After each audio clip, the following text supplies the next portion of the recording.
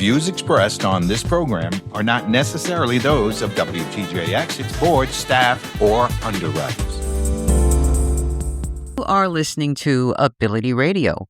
I'm one of your hosts, Amelia Headly-LaMont of the Disability Rights Center of the Virgin Islands.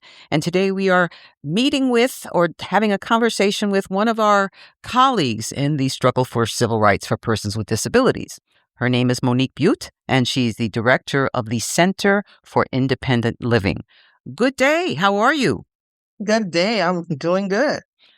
Well, I think what would be very helpful for a number of us in this community is to understand the kind of work that the Center for Independent Living does. What is it? What is the Center for Independent Living? Okay, our nonprofit name is Virgin Islands Association for Independent Living. It is a Center for Independent. It's a nonprofit that is consumer-controlled, community-based, cross-disabilities, non-residential, for individuals with significant disabilities that promote independence. How did it come about? Well, the independent living movement started when, people with disabilities being tired of being discriminated against and began to fight back, especially with institutionalization.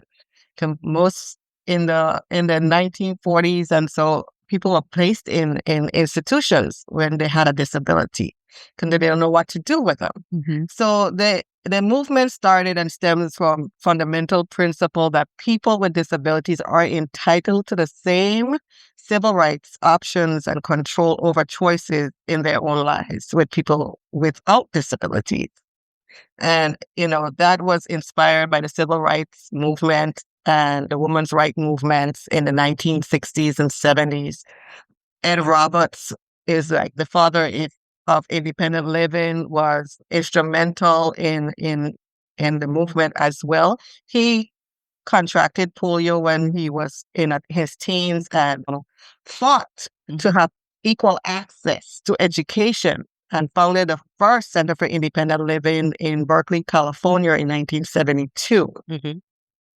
And, the Rehabilitation Act of 1973, Section 504, prohibits disability discrimination in federally funded programs. And then the American with Disability Acts came about in the 1990s, which guaranteed equal access in employment, transportation, and public accommodations. Okay. Well, I note from previous conversations that your organization is centered around 5 care services that's being offered here in the territory. Can you tell us what that is? Sure. Our 5 core services include advocacy, which is individual advocacy and system advocacy, independent living skills training, information and referrals, peer support, peer counseling, and peer mentors, and transitional service from school, nursing homes, or institutions for persons with disabilities. Okay, now let's parse that out a little bit more. What do we mean by peer counseling and peer support and peer mentorship? Let's break it down. What do we mean by that?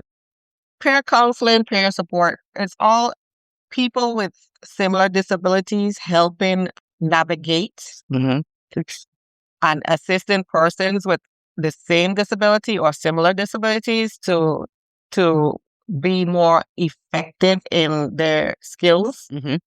Because then they already lived it, they went through the process, they know a better way of doing something that you might not have thought of, and they're able to counsel you in that area. Okay. Can you give me an example? Okay. Well, if you're visually impaired and you know how to cook, and then now someone who has just lost their vision does not remember how to do certain, they cannot identify items anymore, or they need that extra support because they're feeling at a disadvantage. So they're able to walk them through, this is how I do it. Maybe you can do a different method in your own kitchen if you want to continue to cook. But this is how I do it, and this is how, maybe I would recommend you doing this. And if it doesn't work for you, you can figure out a different way of doing it that will work for you. But you can still do the skill. You already learned it. You know it. You can still do the skill with the new disability that you have. So it could even, relate to measurements and adjusting temperatures and such, or identifying. Right. Okay. Right. Dials, so you know exactly where you are when the cooking process. Right. You can label the different seasonings and make sure you know what's salt and not sugar. Mm-hmm. Right. In a special way that that it's comfortable for you. Mm-hmm. To label it. Sometimes there's assistive technology that can assist you with seeing my eyes. That you can get someone on the phone and it will be your eyes to identify the item as well. Mm-hmm. So, we're here to assist. Okay.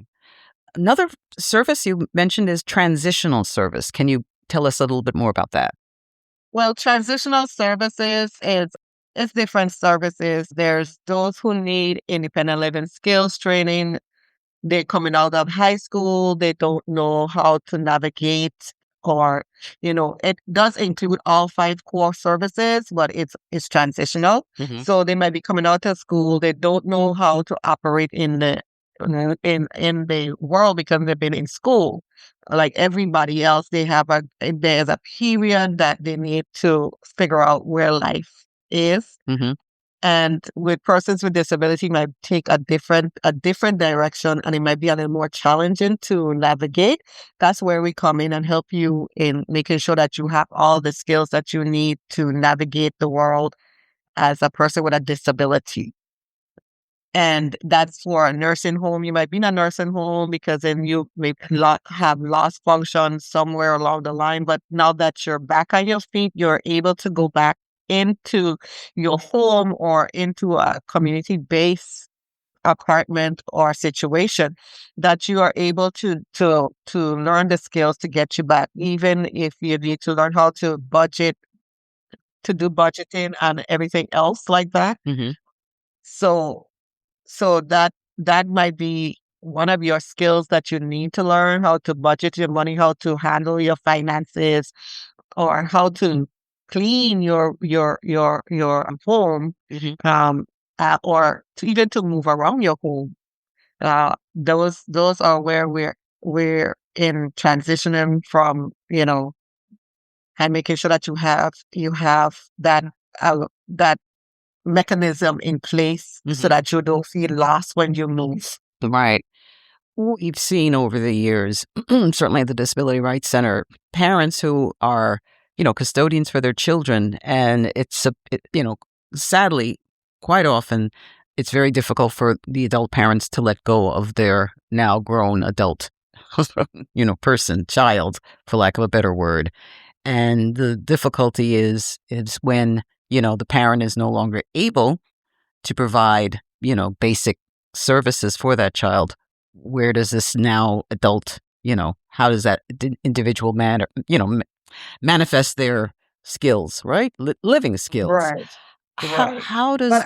yeah, go ahead. I try to say to parents right now, where don't treat your children because they have a disability any different than if you had as person without a child without a disability. Mm-hmm. Still try to teach them the basic skills that they need to survive. Right. That's priority. Right. Have you had much impact in that regard, or much success? It's hard for especially for older parents to mm-hmm. understand that, they have a stigma on there's a stigma that they grew up with, that their child will be looked at differently. They don't want their child to be out in the public per se, unless it's a controlled environment, because then they don't want any kind of discriminations mm-hmm. to happen to their children. But they gotta be, yes, there is things in that happens in the world. And if we can educate people on discrimination against people with disabilities, it's not mm-hmm. something that should be done. And there's ways that they can assist. It would help further our cause. Right. You know, people with disabilities can do things. They're just uh labeled differently.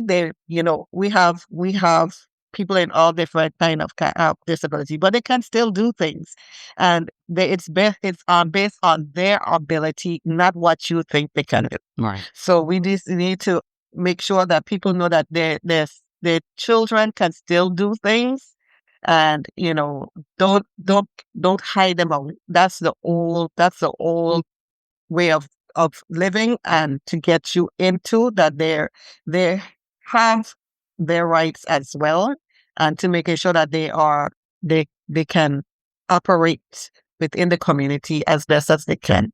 Right. Now, another thing you mentioned was information and referral services that your organization provides. Can you tell us more about that?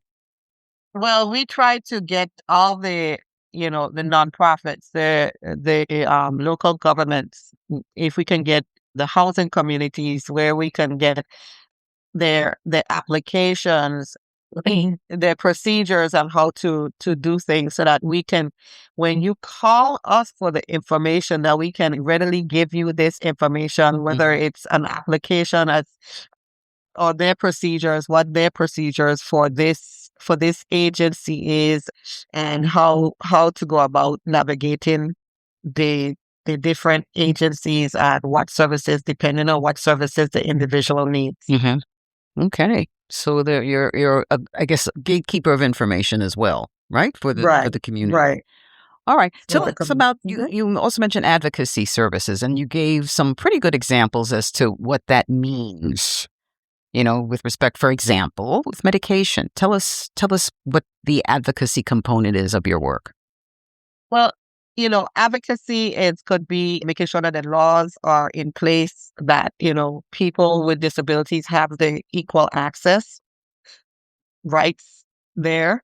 Then we have the advocacy as an individual, making sure that when they go into a supermarket or they go into the pharmacy, as you mentioned, that there are they're equally access. There's equal access to all a normal person without a disability. I don't like to say normal, but a person without a disability can navigate.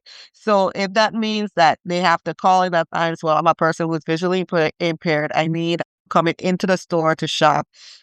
Is there a person who can assist me?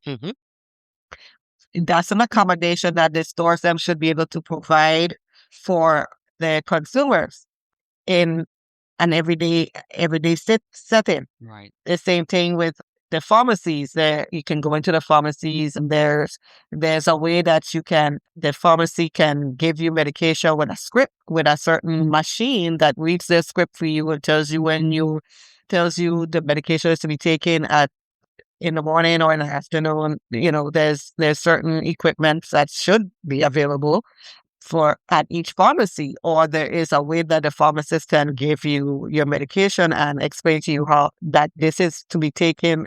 And we train our consumers how to label your medications. You mix them up. That it's morning, noon, or night. That you can label your medication, so you can readily identify that this is the one that I need to take in the morning. And if you have to take it twice, there's a way that you can label your medication to take it twice as well. So I mean, advocating, they have to be able to speak what they need from each store or pharmacy or wherever they are entering, what their needs are at that point as well. And we run into a situation where they don't want to be an inconvenience. Right.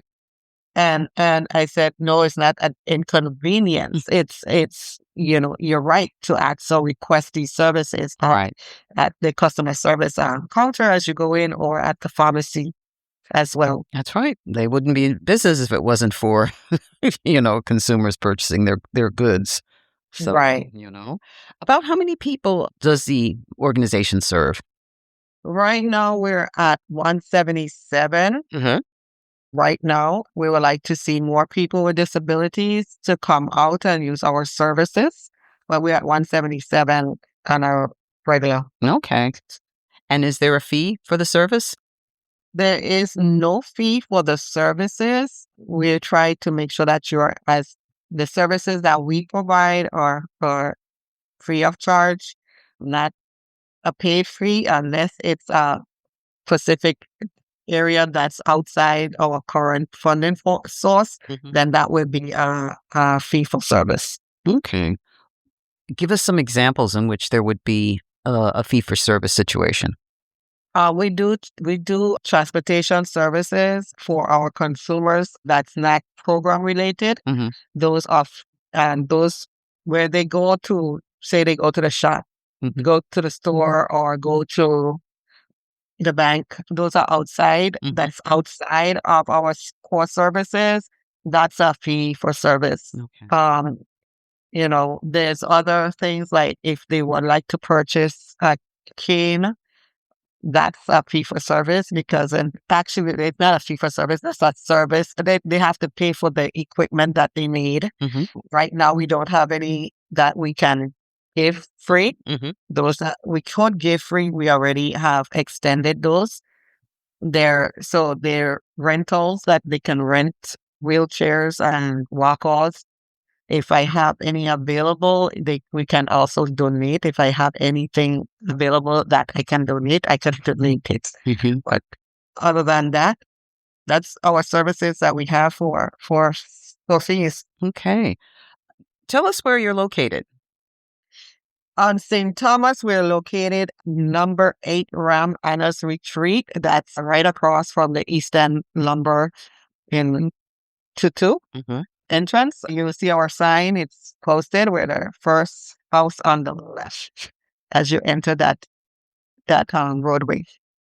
And on St. Croix, we're in the Sunny Isles Shopping Center in the avenue where Falcon gas station is. Okay. Now, if somebody wants to make contact with your office, how would they go about doing that? St. Thomas office telephone number is 340-777-4978. And our St. Croix number is 340-778-7992. Currently, our St. Croix office number is under technical repair, but you can call St. Thomas office as well, and we will assist you as best as we can for St. Croix, or we can relay the information. And then there's our email you can email us at inquiry@independentlivingvi.org as well. And then we have our website. It's independentlivingvi.org. And you can send us an inquiry on the website as well. Oh, okay. One of the things you touched upon was language and sensitivity. And I understand that you gave a very powerful speech with respect to the do's and don'ts of language. Can you share a little bit of that with us during this broadcast? Yes. There's the medical model, and then there is the independent and disability rights model. It's called the independent living paradigm. I know the medical has their way of doing, but we don't like to be addressed this way. As a person we don't like to be addressed as a client. We're a person with a disability, a consumer or a citizen, a brother, sister, wife, brother, like everybody else. We don't like to be called a case. Yes. Okay. It's an individual with a disability or just a consumer, or, they have case management. That's no. We prefer a service coordinator, getting the right people and the right service to show up at the right time. Mental status. Oh, no. We like judgment. We have maybe a judgment impairment, but not a mental status. Client needs assessment. What does that mean? We prefer understanding the needs of the individual. And then they have quality assurance. I know. Yeah. We like making sure the people helping the individual know what they are doing. Yeah. Okay. And then they have the homemaker, the home health nurse, the caregiver. We just like personal assistant. Okay. Let's make Okay. it simple. Yes. And then there's the frail and disabled person. Okay. We prefer elderly and a person with a disability. We always identify the individual first, not the disability. So we have a lot of people that say that person who is blind, or that's okay, but you have to identify the person. Miss Johnson has a visual disability, or she is blind, or that's one way of doing things. So that's that's what it is. Right. We are still individuals, and it's identifying the individual, the person first. Right. The person as an individual. They're no different than anybody else. Right. No, I like the descriptions and how to simplify it and make a much more clearer and humane description as to what services are needed and should be provided. I'd like for you to say, you mentioned a goal. We did talk about what's your goal. How would you, in a phrase, identify the goal of your organization? Our goal is to make a fully inclusive society where individuals with disabilities have equal access and opportunities, resources, and environments. So everyone has the same rights. Nothing about us without us. So anything that's going on in the community, we should be able to attend. We should be able to take part. We should be able to hear the what's being discussed. Everything should be equal access. Okay.